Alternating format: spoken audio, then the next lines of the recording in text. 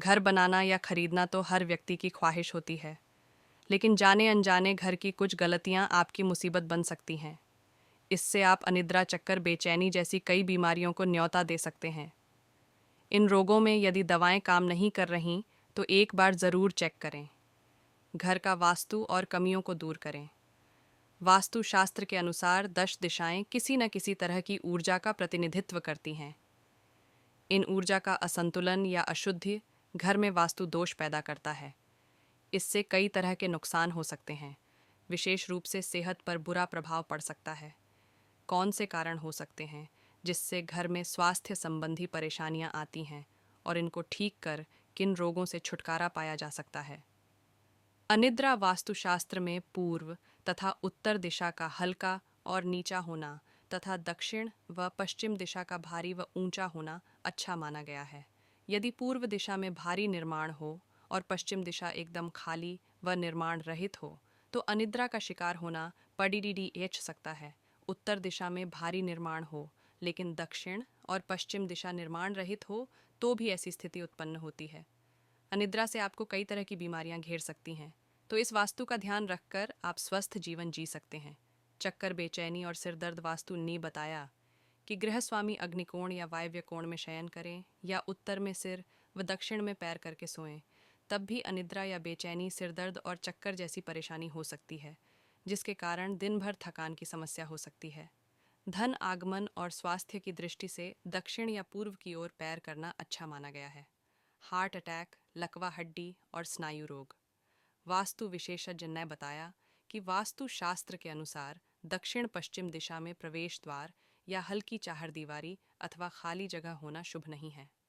ऐसा होने से हार्ट अटैक, लकवा हड्डी एवं स्नायु रोग संभव हैं।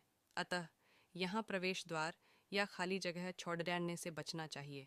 घर में भोजन बनाते समय यदि गृहिणी का मुख दक्षिण दिशा की ओर है, तो त्वचा एवं हड्डी के रोग हो सकते हैं।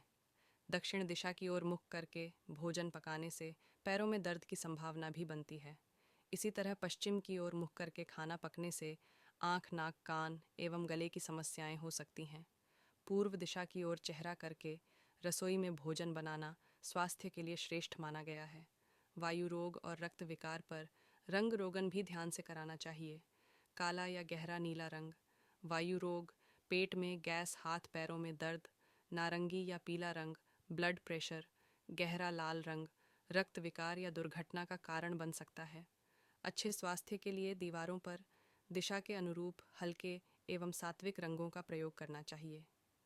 जोड़ों का दर्द और गठिया वास्तु शास्त्र के अनुसार ध्यान रहे कि आपके भवन की दीवारें एकदम सही सलामत हों, उनमें कहीं भी दरार या रंग रोगन उड्डा हुआ या फिर दाग धब्बे आदि न हो, वरना वहां रहने वालों में जोड़ों का दर्द, गठिया कमर दर्द, सायटिका जैसी समस्याएं हो सकती हैं।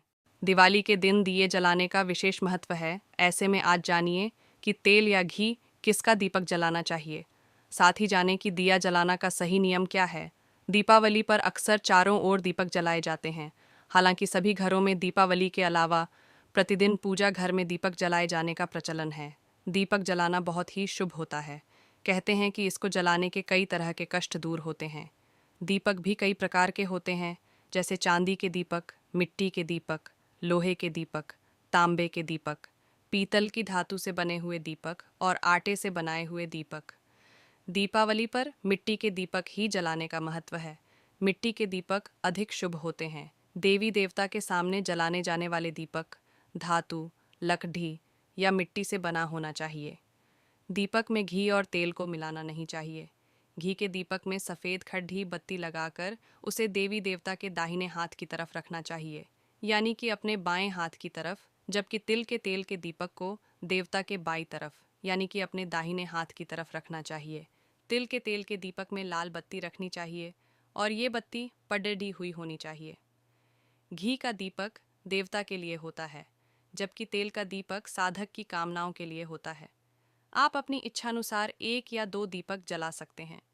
किसी भी प्रकार की साधना या सिद्धि के लिए आटे का दीपक बनाते हैं और इसे ही पूजा करने के लिए सबसे उत्तम माना जाता है। घी का दीपक। आर्थिक तंगी से मुक्ति पाने के लिए रोजाना घर के मंदिर में शुद्ध घी का दीपक जलाना चाहिए।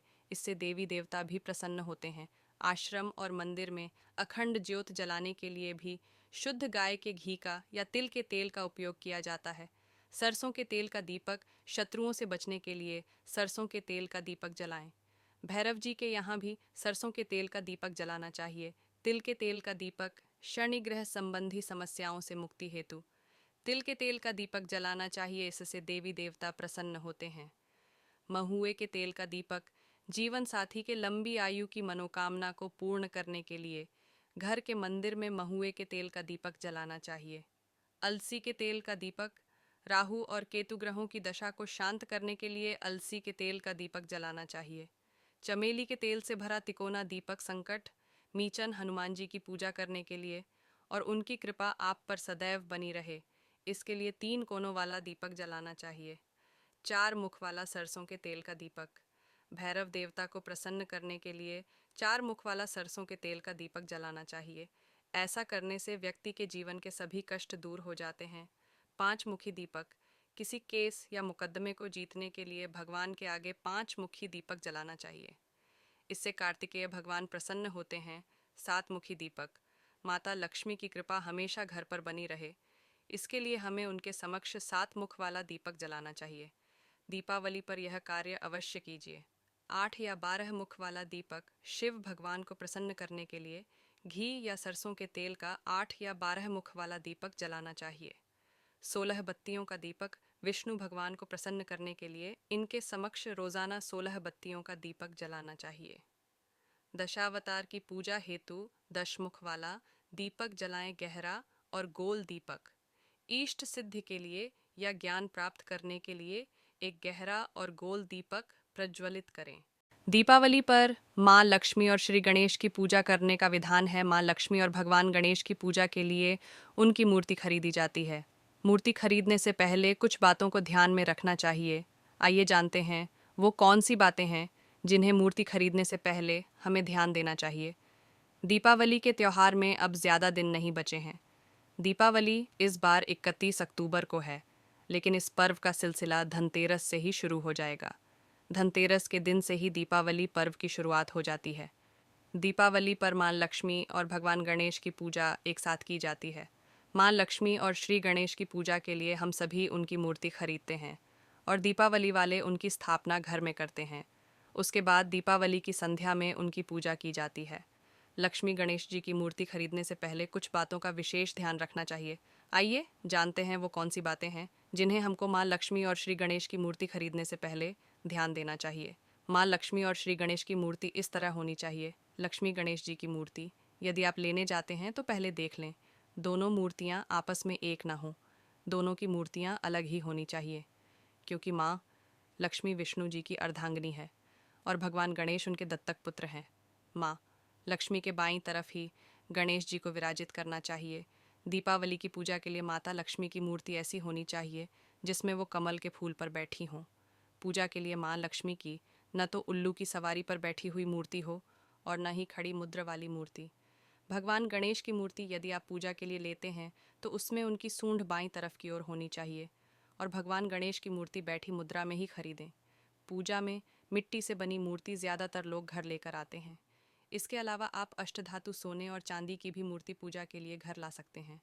ध्यान रहे, पूजा के बाद भगवान श्री गणेश और माँ लक्ष्मी की मूर्ति को विसर्जित न करें, क्योंकि माँ लक्ष्मी धन की अधिष्ठात्री देवी हैं और भगवान गणेश विघ्न विनाशक हैं। यदि दीपावली की पूजा के लिए आप भगवान गणेश और माँ लक्ष्मी की मूर्ति खरीद कर घर लाते हैं तो माँ लक्ष्मी की लाल रंग की मूर्ति खरीदें और भगवान गणेश की पीले रंग की मूर्ति लें। यह दोनों ही रंग शुभ माना जाता है। विशेष रूप से माँ लक्ष्मी और श्री गणेश की मूर्ति धनतेरस के दिन खरीदनी चाहिए और दीपावली के दिन इन दोनों की प्रतिमाओं को पूजा के लिए घर में स्थापित कर लेना चाहिए।